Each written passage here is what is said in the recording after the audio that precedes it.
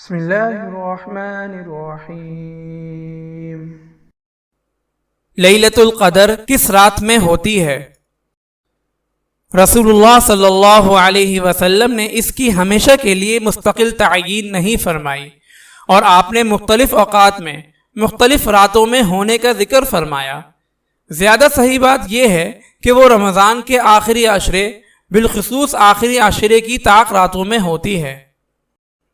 حضرت عائشہ رضی اللہ تعالی عنہا سے روایت ہے کہ رسول اللہ صلی اللہ علیہ وسلم نے فرمایا، لیلۃ القدر کو تلاش کرو رمضان کی آخری 10 راتوں میں سے طاق راتوں میں۔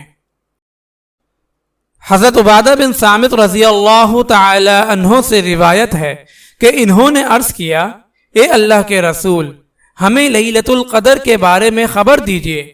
تو رسول اللہ صلی اللہ علیہ وسلم نے فرمایا کہ یہ رمضان میں ہوتی ہے، تم اس کو آخری عشرے میں تلاش کرو۔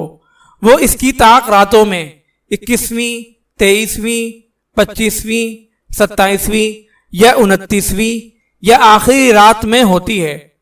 پس جس نے ان راتوں میں ایمان اور ثواب حاصل کرنے کے لیے، یعنی ایمان کی حالت میں اور ریاکاری سے بچ کر اخلاص کے ساتھ قیام کیا، یعنی عبادت کی، تو اس کے اگلے پچھلے صغیرہ گناہ معاف کر دیے جائیں گے۔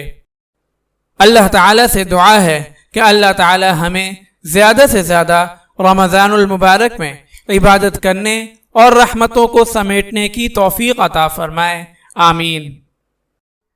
اگر آپ اس صدقہ جاریہ میں شامل ہونا چاہتے ہیں تو چینل کو سبسکرائب کریں اور لائک اور شیئر کرنا نہ بھولیں۔